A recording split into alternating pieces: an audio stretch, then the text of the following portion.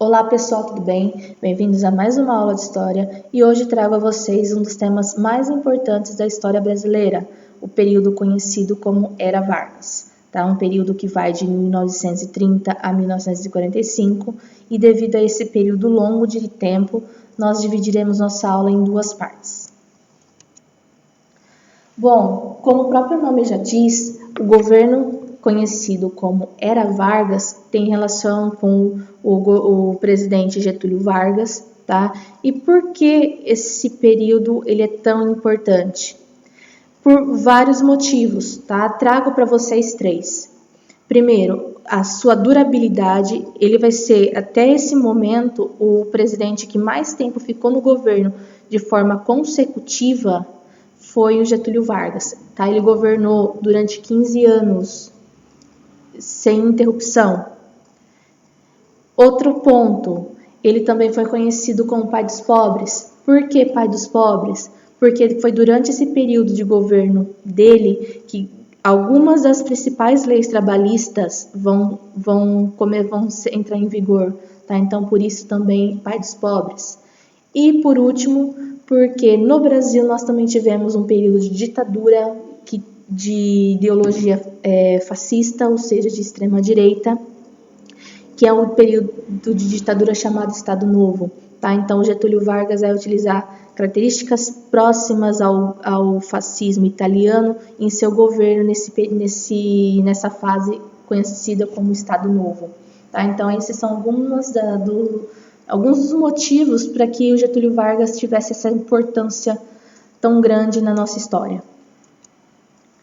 E por ser um governo tão longo, a gente divide esse período em três fases, tá bom? Então nós temos o governo provisório, governo constitucional e Estado Novo. Nessa nossa primeira aula, nós estudaremos as duas primeiras fases do governo e na segunda parte estudaremos o Estado Novo, o período de ditadura. Bom, nossa aula então ela foi dividida com a Revolução de 1930. Essa revolução vai ser a entrada do Getúlio Vargas no governo. Governo provisório, Revolução de 1932, governo constitucional. Bom, vamos entender o contexto para a entrada do Getúlio Vargas no poder. Tá? Então, a gente está trabalhando final da década de 1920, 1929, início de 1930, tá bom? Como que o Brasil estava? Qual que era o cenário político, econômico do Brasil nessa época? Tá? Então, nós estamos falando ainda final de 1920, da década de 1920. Nós estamos ainda num período de governo da política café com leite. Tá? Lembrando lá, o que é a política café com leite? É aquela república onde os estados de Minas e São Paulo intercalam o poder. Tá? Ora está um presidente paulista, ora está um presidente mineiro. Eles se revezam. E no caso do final da década, nós temos o presidente Washington Luiz no governo. Ele vai ser o último presidente dessa política café com leite. E ele é um presidente paulista, tá? Ele era do Partido Paulista. E ainda nesse cenário, pensando nesse governo da República Café com Leite, o Brasil também, num contexto maior, como todo país que fazia comércio com os Estados Unidos nessa época, também está sofrendo uma crise econômica. Por quê? O Brasil ele era um dos maiores vendedores de café no mundo, tá? E os Estados Unidos, um dos maiores compradores do café brasileiro.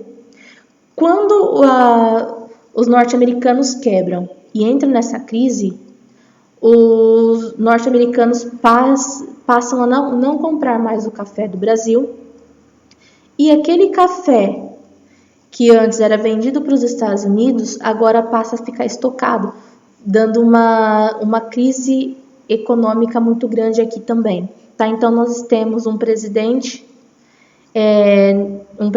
que está sofrendo pressão da oligarquia cafeeira paulista, tá bom? E que está quase para passar o mandato para um outro governante, tá? E como a política café com leite ela requer, então o Washington Luiz precisava, nesse final da década de 1929, escolher um candidato, tá? Para concorrer na eleição de 1930. Tá? Então, teoricamente, o Washington Luiz precisava escolher um candidato do Partido Mineiro. Porém, o Washington Luiz ele vai escolher um candidato à presidência do Partido Paulista também. Isso vai acabar levando ao fim da política café com leite, tá? Porque Minas não vai aceitar que o Washington Luiz tenha escolhido um candidato do próprio partido para as próximas eleições. E o que vai acontecer? Minas Gerais vai fundar, junto com outros 2 estados brasileiros, um novo partido político, um partido chamado de Aliança Liberal. Tá? Aliança Liberal, então, ele é um partido que é formado pelos estados de Minas Gerais, gravem isso, Paraíba e Rio Grande do Sul. Tá? Então, a Aliança Liberal é formada por esses 3 estados. E para a eleição de 1930, então, e para concorrer com o candidato do Washington Luiz, que era chamado de Júlio Prestes, a Aliança Liberal vai lançar a candidatura do gaúcho Getúlio Vargas, tá? E do vice João Pessoa. Bom, a eleição vai acontecer no ano de 1930. Quem vai ganhar essa eleição vai ser o candidato paulista Júlio Prestes. Porém, a Aliança Liberal vai começar a questionar essa eleição e vai começar a dizer que essa eleição foi fraudulenta, houve fraudes nessa eleição e vão começar a pedir, se manifestar para que essa eleição fosse anulada e a vitória de Júlio Prestes não existisse. Tá? Então, eles vão começar a se manifestar a favor disso.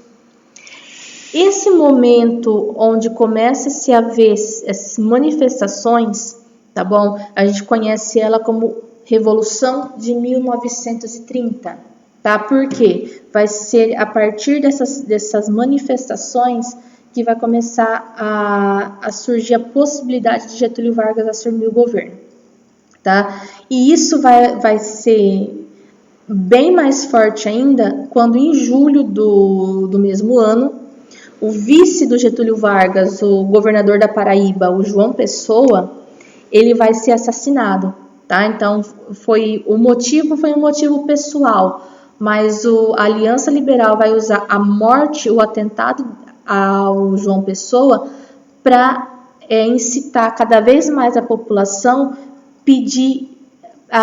pressionar para que essa vitória do Júlio Prestes fosse impugnada.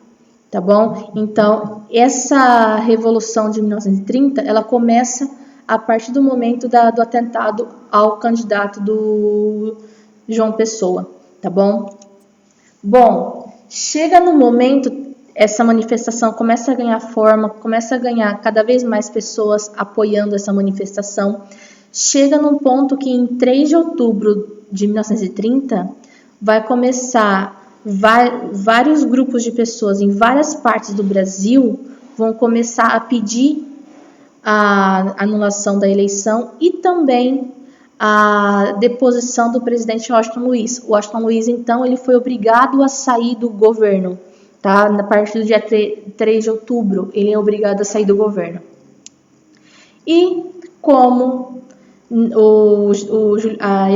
a vitória do Júlio Prestes foi anulada, quem vai ser chamado a assumir o governo de forma provisória, quer dizer, por um período de tempo, até ser convocado eleições, é o Getúlio Vargas, tá? E que ele vai ter como primeira obrigação tentar encaminhar a economia brasileira. Lembra, o Brasil está passando por uma crise econômica, tá? Então, a primeira medida, a primeira obrigação do Getúlio Vargas era essa, era reorganizar a economia brasileira e também convocar eleições à presidência, tá? Então, lembrando, o Getúlio Vargas ele não entrou por meio de uma eleição.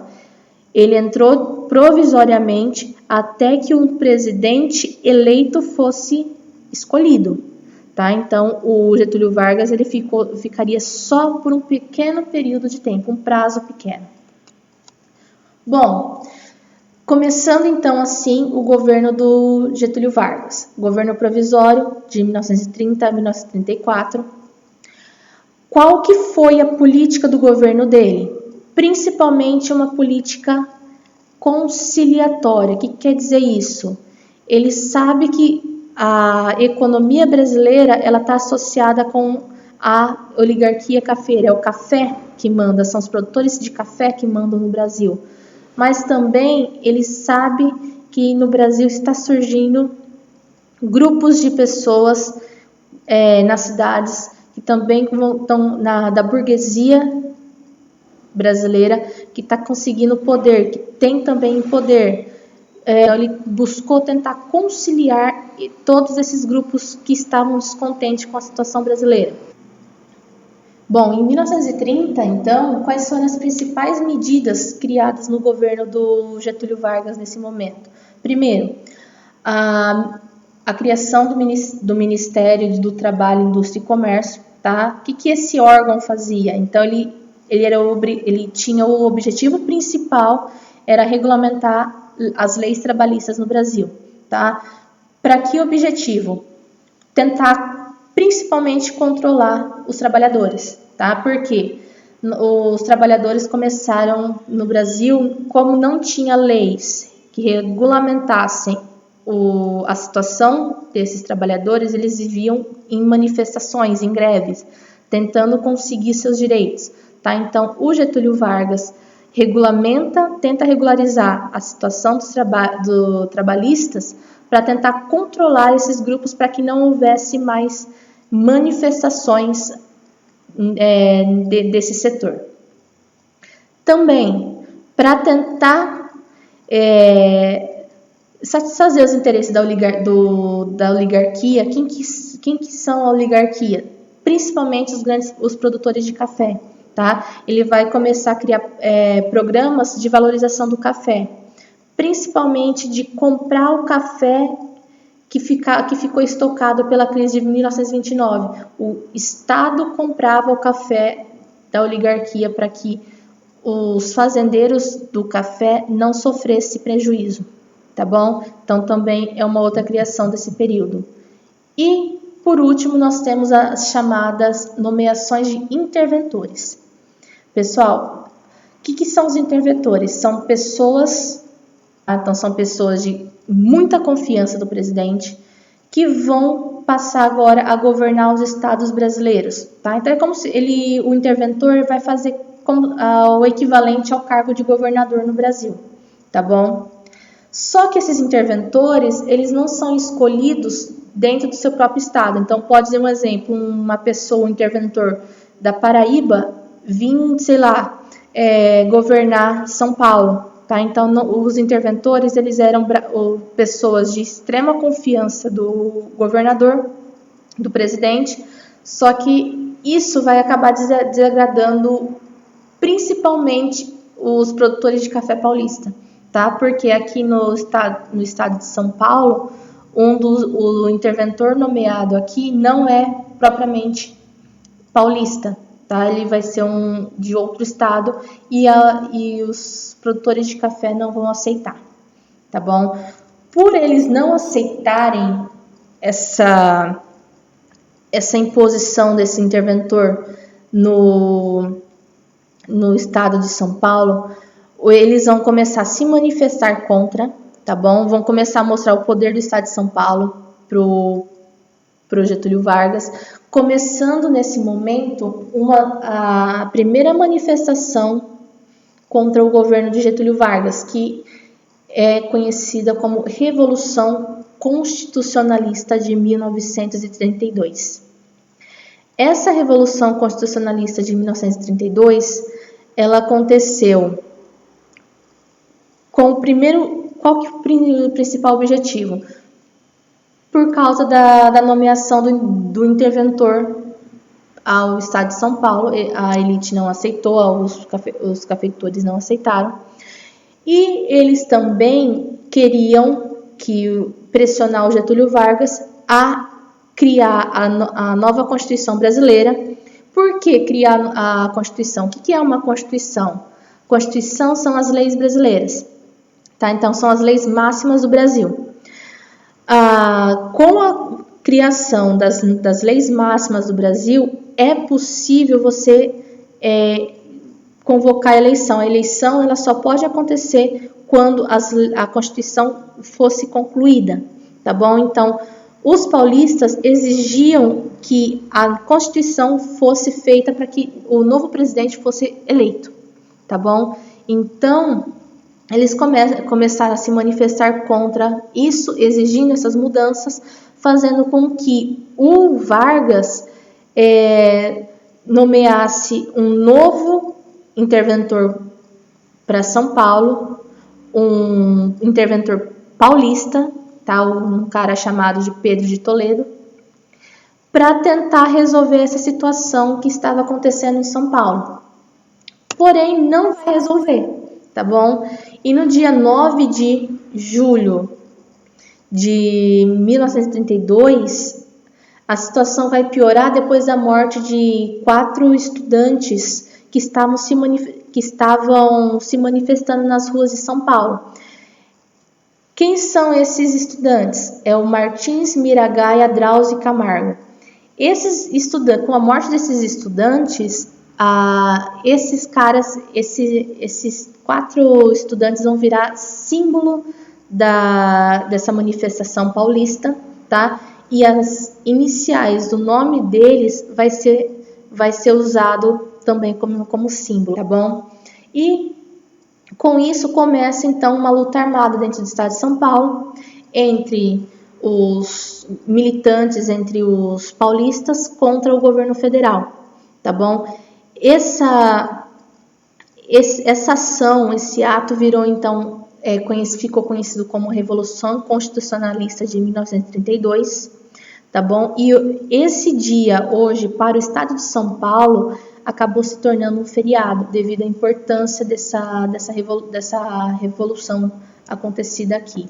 E por que ela ficou importante? Principalmente que ela vai mostrar para o governo federal como o estado de São Paulo ele é importante para a política brasileira, tá bom? E no final dessa revolução, quem vai acabar ganhando vai ser Getúlio Vargas, tá bom? Vai ser violenta, vai ser uma guerra civil violenta aqui no estado de São Paulo, mas ao mesmo tempo que a vitória se dê ao Getúlio Vargas, o Getúlio Vargas vai ser pressionado para convocar a criação da Constituição brasileira. Então, ele convoca a Assembleia Constituinte. Essa Assembleia é formada para a elaboração da Constituição. Então, quem cria as leis do país é essa Assembleia, tá bom? Então, ela é convocada para se criar a nova Constituição brasileira. Surgindo, então, em 1934, a Constituição brasileira, tá? A nova Constituição. O que determinava essa nova Constituição? Então, nós temos o voto secreto, até aquele momento, antes dessa Constituição, o voto era aberto. Quer dizer, voto aberto. Todo mundo sabia em quem todos votavam. A partir desse momento, agora o voto é secreto, tá? Então, você não precisa contar em quem você votou. O voto é fechado. O voto feminino, quer dizer isso. A partir dessa Constituição, ficou decretado que as mulheres também vão poder votar, tá bom? Então, nessas leis máximas determinam, então, o voto às mulheres. A criação de uma justiça eleitoral, tá bom? Para evitar fraudes, como acontecia muito durante as eleições na política café com leite. A partir de agora, tem uma justiça eleitoral que tem essa preocupação de zelar pelas eleições, então evitar que ocorressem fraudes nas eleições. Também, criação de um ensino obrigatório e gratuito e com frequência obrigatória, então todos eram levados a estudar a escola. Criação de uma justiça de trabalho, tá? Criação de direitos trabalhistas também, então, jornada de trabalho, salário mínimo, são algumas férias, são algumas das criações desse período. E também determinou, em questão da eleição também, que a eleição seria, o povo escolheria por meio da eleição, só que o primeiro presidente a ser eleito a partir dessa Constituição, esse presidente seria eleito de eleição indireta. O que quer dizer isso? Somente o Congresso votaria nesse presidente. Bom, vai acontecer então a eleição, o Congresso brasileiro vai eleger o Getúlio Vargas como presidente, tá? Então agora ele vai começar a segunda fase do governo dele, que é um período chamado de período constitucional, porque ele é o período no qual ele vai seguir as leis da Constituição criada em 1934, tá bom? E o que nós temos desse período de importante? Nós temos que ainda vai haver muito descontentamento em ambos os lados, tanto na parte da oligarquia, tanto em vários setores da sociedade brasileira, inclusive dos trabalhadores, tá bom? E com isso também, como aconteceu em outras partes do mundo, principalmente da Europa, aqui também aquelas ideologias que nós estudamos nas aulas anteriores vão vir também para o Brasil, vão ser propagadas aqui no Brasil. Principalmente a ideologia fascista italiana, tá? Que nós estudamos do fascismo, e também a ideologia socialista. Vão começar a surgir aqui essas ideologias, e a partir dessas ideologias que vão surgir aqui, vão surgir partidos políticos, um que apoiavam o fascismo e um que apoiava o socialismo. Vou falar primeiro do partido que apoiava o fascismo no Brasil, tá? Então ele é chamado de Aliança Integralista Brasileira, ou também conhecido como integralistas. O líder desse partido é o chamado Plínio Salgado. Qual que é a principal ideia defendida por esse partido? Então é a ideia do fascismo, tá bom? Qual que é o lema? Deus, Pátria e Família.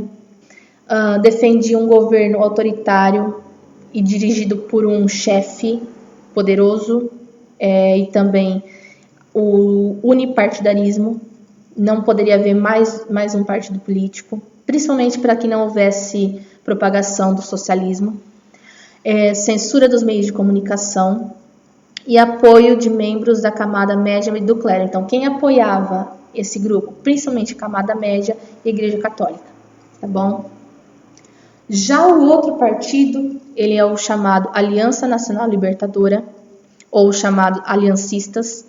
Líder, gravem esse nome, Luiz Carlos Prestes, tá? Então, eles defendiam as ideias socialistas. E o Luiz Carlos Prestes, por mais que ele tentasse negar, ele vai receber muito apoio da União Soviética aqui no Brasil, tá? Para ter uma forma de tentar propagar a ideia do socialismo aqui.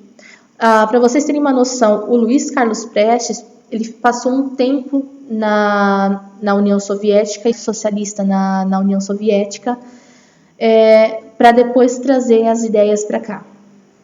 Fazia oposição também ao governo Getúlio Vargas, então os integralistas apoiavam Getúlio Vargas, esse outro vai ser contra o governo Getúlio Vargas, e também defendia a formação de um governo popular, nacionalização de empresas estrangeiras. Então, a formação de um governo popular, o povo tivesse participação ativa no governo.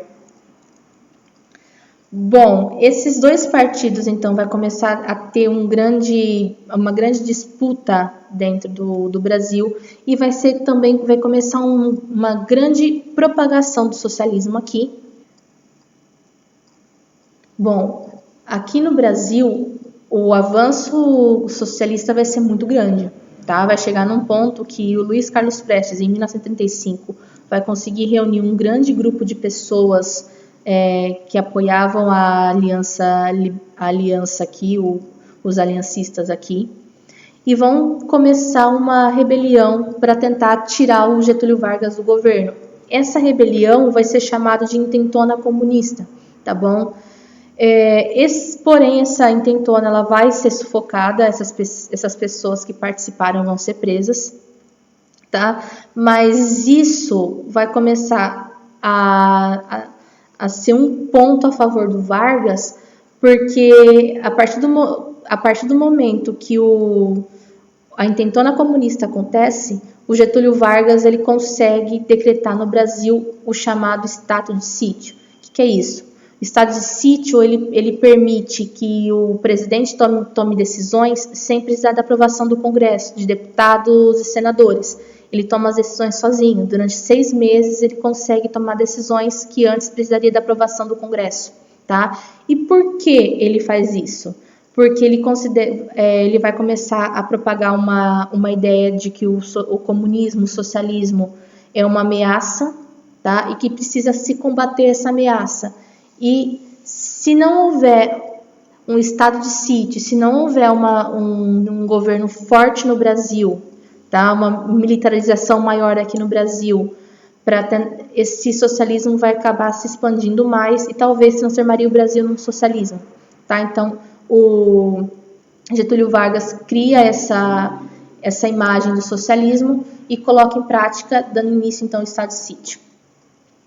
Bom, em 1937, perto do momento de iniciar as preparações para as novas eleições presidenciais no Brasil, o Getúlio Vargas vai sair na mídia, tá, da época, dizendo que descobriu um plano dos comunistas aqui no Brasil, de que eles fariam um golpe de uma forma a implantar o socialismo aqui. Esse plano que o Getúlio Vargas disse ter descoberto ficou sendo chamado de Plano Cohen. Tá? Hoje em dia nós sabemos que esse Plano Cohen foi uma invenção do Getúlio Vargas para tentar cancelar as eleições, e foi isso que aconteceu. Tá? Em 1937, logo depois que ele leva a população ao surgimento desse Plano Cohen, ele consegue cancelar as eleições que iriam acontecer naquele ano, fecha o Congresso Nacional, então a partir de agora as decisões são tomadas só pelo presidente da República, não tem mais votação de deputados e senadores, tá?